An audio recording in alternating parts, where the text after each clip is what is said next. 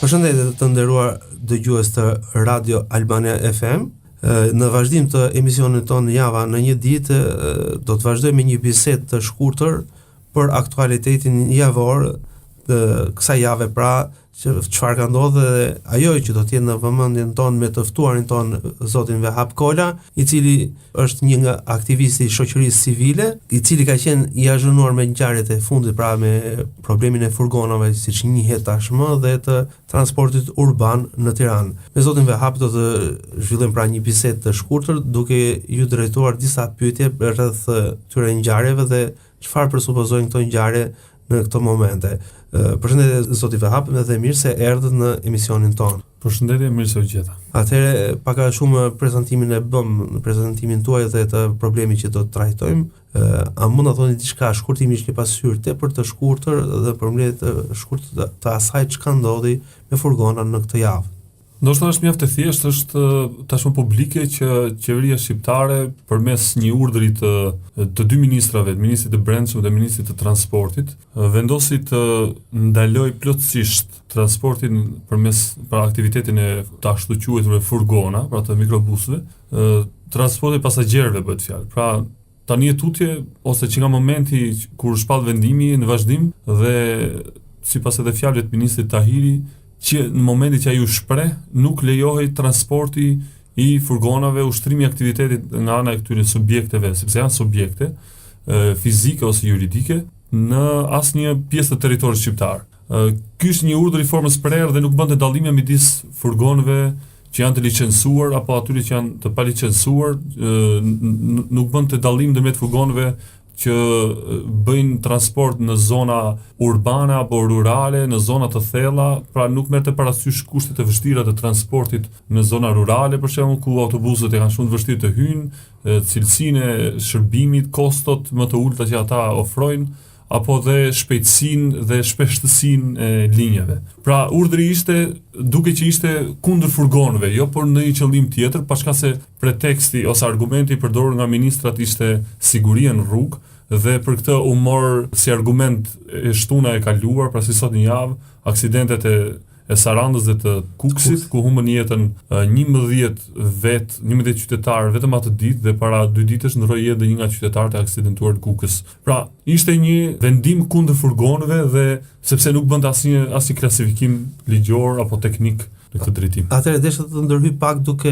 ju risjell në vëmendje deklaratën e kryeministrit Rama gjatë seancës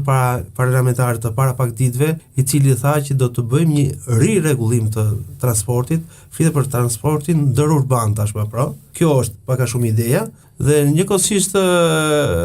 çfarë presupozon kjo rirregullim, ndërkaq këto furgona do të vazhdojnë të lëvizin apo jo? Domethënë duhet të vëmë re një ndryshim dhe një tërheqje nga pozicioni fillestar në qendrimet e qeverisë. Pozicioni fillestar, ai i dy ministrave Tahiri dhe Haxhi Nastro, ishte pozicioni prerë për çdo furgon që qarkullon në Republikën e Shqipërisë ndaloj aktiviteti. Pra, logjika është e thjeshtë. Nuk lejohet më transporti me furgona. Po atëherë me çfarë duhet lëvizin njerëzit? Kjo është një dilemë, një pyetje që ministri dhe qeveria nuk trenat nuk lëvizin më aq kollaj. Siç duket, domethënë kjo nuk është marrë parasysh fare nga qeveria, që nuk ka nevojë të themi siç duket, sepse kjo është e qartë, pra nuk ka asnjë zgjidhje të ofruar. As në afat shkurtër dhe as në afat gjatë, por ka një premtim që ne do bëjmë diçka për përmirësimin e cilësisë së transportit publik. Por ky ishte qëndrimi i parë. Qëndrimi i dytë ishte qëndrimi i nesër i ministrit Haxhi Nastro, që pretendonte se nuk kishin asnjë vendim ndaj furgonave të licencuar, sepse në fakt shoferët e furgonave reaguan në të gjithë qytetet dhe organizuan disa forma modeste, të moderuara të protestimit, dhe siç duket kjo e vuri qeverinë përpara përgjegjësisë se është e qartë që qeveria s'kishte statistika se sa është numri i këtyre furgonave dhe duke qenë se numri ishte shumë i lartë, ishin rreth 21.000 furgona, do thot 21.000 shoferë në një pjesë të mirë të rasteve, po themi në 50% edhe fatorino të këtyre furgonave, dhe në këtë rast i bie që të ishin të paktën 30.000 njerëz që dilnin pa punë. 30.000 njerëz nga 30.000 familje, nënkupton një forcë të madhe reagimin, nëse ata do organizoheshin të reagonin. Dhe në të nesërmen qëndrimi i ministrit Panariti, ministrit Haxhi Nastro, ishte një tërheqje, një hap i parë i tërhequr, domethënë. Kjo tërheqje nuk ishte hapi i fundit, sepse të nesërmen e këtij reagimi, pra të enjten, kryeministri Rama u tërhoq, bëri një hap tjetër për të tërhequr, tha aktiviteti i furgonëve të licencuar do të vazhdojë. Kjo nuk është e vërtetë, nuk ka ndodhur në terren dhe nuk po ndodh, edhe pse ai ka thënë këtë në parlament. Pra vazhdojnë të bllokojnë çdo lloj furgoni që ofron shërbimin e transportit. Madje ka raste skandaloze që ne dimë shumë mirë që njerëz që janë organizuar për të vajtur në mort, në ceremoni funerale, varrimi, janë detyruar të kthehen në rrugë dhe madje kanë përfunduar edhe në polici dhe kanë humbur edhe mundësinë për të shkuar në orar dhe për të marrë pjesë në rastet familjare të fatkeqësive. Atëherë të doja të sjellën në vëmendjen e dëgjuesve tanë që protestat e drejtuesve të furgonave, pra të shoferëve të këtyre furgonave taksi kanë nisur në Korçë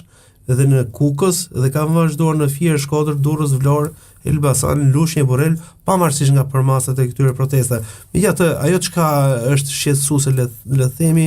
qeveria vendos, domethënë le të themi në mënyrë verbale, transmeton disa urdhra dhe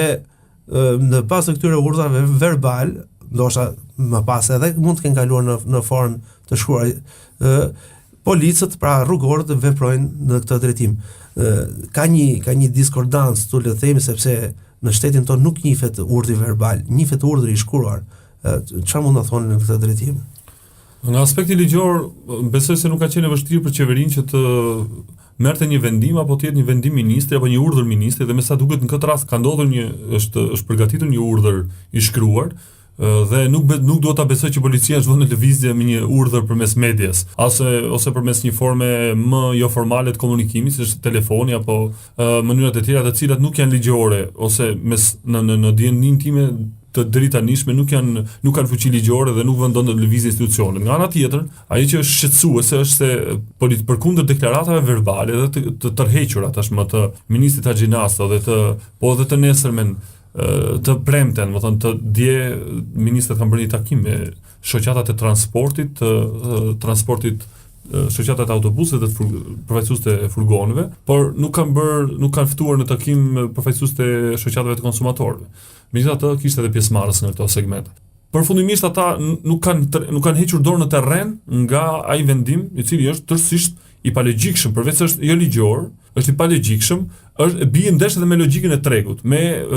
filozofinë e ekonomisë së tregut, sepse qeveria nuk mund të vendosë standarde të caktuara të cilësisë së shërbimit, mund të vendosë standarde të sigurisë. Pra, këtë mund ta bëj përmes, po themi, rregullimit më të mirë të kolaudimit, të kontrollit teknik, kërkesave ligjore që kanë ndaj operatorëve. Mund të formalizonte më shumë tregun, pra të shtrinte në një mënyrë më të organizuar dhe më të gjerë numrin dhe po themi dhe llojin e shërbimeve të transportit urban, pra të kërkonte që të vendoste që asnjë furgon i palicencuar të mos qarkullonte, të vendoste gjoba penalitete për të vendosur ligjin në këtë drejtim, por nuk mund të vendosë të ndalojë çdo lloj aktiviteti, sepse i bie që nëse qeveria vendosi standard të transportit në një fshat të thellë të Peshkopisë, ose në një fshat të Kukësit, aty ku ndodhi aksident. Atëherë kjo nënkupton që standarde më të larta, cilësi e më e mirë, furgona më të rinj, nënkuptoj shofer më të kualifikuar, me radhë, nuk e di se cilat mund të jenë të gjitha standardet që nënkupton qeveria dhe që nuk i ka përmendur deri tani. Atëherë kjo përkthehet në kosto më të larta për qytetarët dhe kjo nuk i shërben tregut, prandaj dhe tregu nuk ka nevojë për ndërhyrje për vendosjen e standarde, ka nevojë për vendosjen e rregullave të operimit, për ruajtjen e konkurrencës lirë dhe ndershme. Ky mund të ishte një investim shumë i mirë. Unë po ju jap një rast për Durrësin, për shembull, që dihet që konkurrenca në linjën e Durrësit është tribale, domethënë është kufizuar nga rregulla tribale. Janë një grup njerëz që cilët transportojnë pasagjerë dhe pjesa tjetër e sipërmarrësve, shoferëve, po themi, kanë shumë vështirë të operojnë në atë linjë sepse përballen me kërcënime, kanë probleme reale, të rendit, sigurisë, kështu që aty mund të jepi një kontribut shumë i mirë, po jo të ndërhysh duke ndaluar tërësisht. Edhe një gjë për rregullimin që më çfarë më pyetët dhe unë e harrova për momentin, për sa i përket rirregullimit të tregut, kjo është një tendencë e pandershme për karshi operatorëve ekonomik. Sepse nëse një herë tregu është rregulluar, pra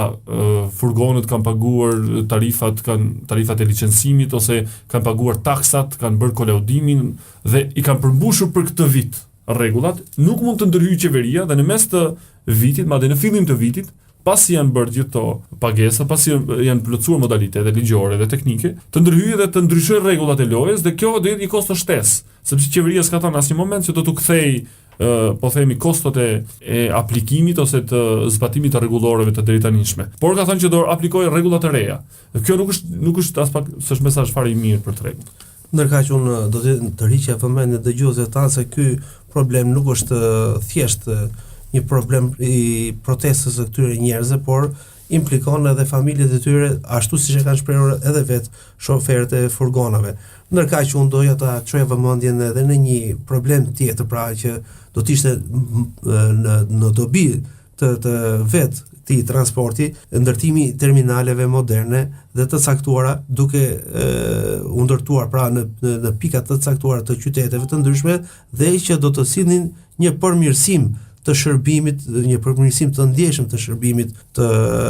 transportit ndërurban. Apo jo, zoti Vahap? Absolutisht, domethënë nëse mund të bëj diçka në këtë drejtim qeveria qendrore dhe qeveritë lokale, është pikërisht përmirësimi i kushteve të parkimit, të ndërtimit stacioneve, terminaleve, siç edhe thatë ju. Pra, ofrimi i shërbimeve dhe jo ndërhyrja në treg në kushtet aktuale, ndërhyrja në çështjet private dhe, si më thënë, ndërhyrja në deformim të produktit që tregu ofron, shërbimit që tregu ofron. Atë, zoti Vahap, unë do doja të kalonim edhe në një problem tjetër që ka të bëjë prapë me transportin, por në këtë rast me transportin urban, pra brenda qytetit, dhe kryesisht do të fokusohesha tek problemi i ngritur tashmë së fundmi nga sindikata e transportit urban në qytetës këtu në Tiranë për çështjen e autobusave që lëvizin brenda qytetit dhe shoqatave të cilat mbrojnë interesat, pra ose më sakt i menaxhojnë dhe manipulojnë këto linjat e brendshme qytetëse, por vetë faktin se edhe ditën e 14 shkurt, pra ditën e Shën Valentinit, siç njihet, po bëjmë pak humor këtu, sindikata e transportit qytetës shkaktoi pra një dëm, le të them, në këtë drejtim, duke mos i lënë të lëvizin lirisht në këtë ditë, pra qytetarët që donin të festonin ndoshta apo të Ishte një komplot ndaj Shën Valentinit, edhe moti ishte kundra sepse paktën në Tiranë dhe në Elbasan dhe në Durrës ka qenë kohë me shi dhe një kohë nga ato kohët një mot i ngjashëm me motin e vendeve të ulta, Holland, Belgjike, kështu me radhë, pashka se Hollanda mund të jetë një ndër originatorët e këtyre lloj festimesh, dhe gjithashtu dhe greva autobusëve, sidomos në qytetin e Tiranës, se pengoi shumë lëvizjen. Greva autobusëve ishte një veprim i padrejtë, sepse në intuitën dhe në nuhatet qytetare është e qartë që ka një koalicion, një marrëveshje ndërmjet transportuesve, pra kompanive të transportit dhe stafeve të tyre, pra sindikatës së shoferëve dhe fatorinëve. Siç duket, ose sindikata ka rënë pre presionit për shkak se nuk u janë dhënë realisht pagat, ose u janë dhënë pagat dhe ka një koalicion, ka një marrëveshje për të rritur çmimet, për të bërë presion qeverisë për të rritur çmimet, për të bërë presion dhe për të justifikuar paraprakisht ndonjë marrëveshje tashmë të realizuar, sepse siç thonë edhe përfaqësues të shoqatës së transportit dhe sindikatës së transportit, marrëveshja është arritur që çmimi i transportit urban të shkojë në 50 lekë nga 30 lekë që është dhe të po ashtu të rriten me të paktën 60% çmimi i biletave të pajtimit mujor, i aboneve që njohim ne. Kjo është siç duket një fushat e marketingut ose e marrëdhënies publike për të ushtruar presion mbi publikun më shumë sesa mbi qeverinë, sepse siç duket me qeverinë është arritur marrëveshje për të ushtruar presion mbi publikun, për të manipuluar natyrisht qytetarët, që situata është realisht serioze dhe kompaninë ndjejnë vështirësi shumë të mëdha madje po realizojnë humbje, po psojnë humbje gjatë aktivitetit, shtrimit të aktivitetit ekonomik. Megjithatë, një pyetje që lind në kokën time është kjo dhe besoj që kjo është një pyetje që e ngren gjithë qytetarët, përse këto kompani insistojnë që ta mbajnë këtë transport në momentin që ata kanë, siç pretendojnë, muaj ose vite që psojnë humbje, pra nuk realizojnë fitime. Pra, është shumë e thjeshtë, në çdo treg, një kompani që humbet dhe nuk arrin të paguajë pagat apo të shlyejë detyrimet e saj, pra të financojë, të ushqejë me financa operacionet e saj, shpenzimet operative, kjo quhet e falimentuar de facto dhe është normale që çdo kompani të tërhiqet nga ky lloj tregu. Në rastin konkret, ata nuk janë tërhequr deri tani, por bëjnë presion për të rritur çmimin e biletës dhe tarifën e abonimit mujor. Dhe nga ana tjetër, ka dhe një zhvillim shumë çuditshëm. Po të vini re, ne jemi gjithë po themi shfrytëzues të këtij shërbimi, nuk është se ka ndonjë cilësi të krahasueshme me tregun rajonal apo me tregun europian të transportit publik. Pra, cilësia është skandaloze. Ka papastërti pislëk në autobus, ka mungesë shërbimi të qytetëruar cilësor, domethënë njerëzit jo vetëm që nuk ndjehen të sigurt nga ana shëndetësore, por janë dhe shpesh të shtypur, siç themi edhe ne si rifugjo si sardelet në autobus dhe tash detyrohen që të përballojnë dhe rritje të Po këto janë probleme të vazhdueshme që në hasin në transportin urban. Kjo nuk do të thotë se problemet e vazhdueshme janë normale. Po pra, jo, ashtu është, por normalisht në Tiranë kjo është e parashikueshme, le të themi, sepse Tirana është zgjeruar tashmë.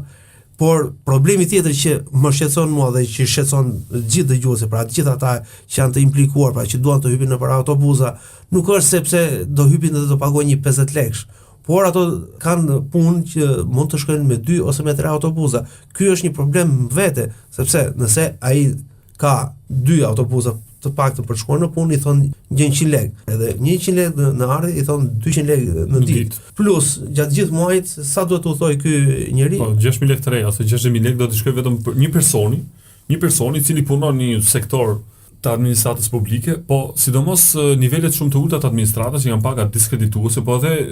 punonjës që punojnë në industrinë fasone për shembull, ose punonjësit e shërbimeve nëpër lokale, nëpër restorante, domethënë është pikërisht kjo shtresa më vulnerabël, më e varfër e popullsisë që preket më shumë nga rritja e çmimit të transportit, sepse ata edhe janë frekuentuesit kryesorë të këtij shërbimi, domethënë përdoruesit kryesorë të shërbimit, dhe ata domethënë duhet të paguajnë një kosto e cila mund të shkojë deri në gjysmën apo nga 30 deri në 50% të pagës tyre mujore që e bën të pavlefshëm përpjekjen e tyre për të realizuar të ardhurat. Autobuset në qytetin e Tiranës, pra linjat e autobusit nuk i përgjigjen nevojave të shtuara tashmë siç tha dhe ju të qytetit. Pra qyteti është shtrirë, po dhe qytetet e tjera në përgjithësi janë rritur për shkak të një vërshimi nga zonat rurale për shkak të punësimit, jetesës, shkollimit. Kjo nuk do të thotë se është justifikueshëm një shërbim jo cilësor. Do të duhet të merreshin masa për të shtuar numrin e autobusëve, numrin e linjave dhe me sa kam vënë re, numri i linjave është shtuar në Tiranë, por nuk ka ndodhur e njëjta gjë me numrin e autobusëve brenda linjave ose me cilësinë e shërbimit. Pra, kjo është një kërkesë jo vetëm parakoshme, po e tepërt në mungesë shërbimit cilësor. Po, atëherë falenderojmë zotin Vehap Kole që ishte i pranishëm në studiot tona pra në Albania FM Radio, patëm një bisedë tepër